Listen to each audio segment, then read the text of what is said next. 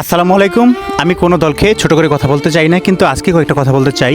এই যে নতুন করে ব্রাজিলের যে জার্সিটা বের হয়েছে, আমি মুসলমান ধর্মের মানুষকে জিজ্ঞেস করতে চাই, আজকে এই জার্সিটা যেটা দেখতেছেন আপনারা, এই জার্সিটার মাঝখানে যে ছবিটা আঁকা আছে, এই ছবিটা আসলে কার এবং এই জার্সির লোকগুলো কার অনুসারী? আমার যতটা মনে হয় এটা শয়তানের একটা প্রতিচ্ছবি এবং শয়তানের অনুসারী। তা আমি এটা অবশ্যইভাবেই বলতে চাই যে এই জার্সি যারা গায়ে দিবে তাদের কি ঈমান থাকবে যদি তারা মুসলমান হয়ে থাকে? আপনারা অবশ্যই যারা মুসলমান আছেন আমাকে কমেন্টস করে জানাবেন আজকে এই যে জার্সিটা আপনারা দেখতে পাচ্ছেন স্ক্রিনে, এই জার্সিটা কতটা সত্য।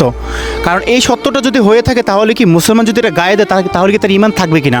আমার মনে হয় এটা শয়তানের অনুসারী এবং যারা শয়তানকে অনুসরণ করে তারা এইসব জার্সি গায়ে দেয়, এবং কি শয়তানকে যারা ভালোবাসে, শয়তানের পূজারী যারা, তারা এইসব জার্সি ব্যবহার করে। তো আমি কোনো দলকে নিয়ে কটূক্তিকর কথা বলতে চাই না, কিন্তু একটা কথাই বলতে চাই, যারা মুসলমান আছে তাদের ঈমান যাতে বিলীন হয়ে না যায়। ঠিক আছে, এই জার্সিটার সম্বন্ধে আপনারা কি জানেন এবং মুসলমান কি জানে অবশ্যই আমাকে কমেন্টস করে জানাবেন। আপনাদের কাছে এটা অনুরোধ রইল। ধন্যবাদ সবাইকে।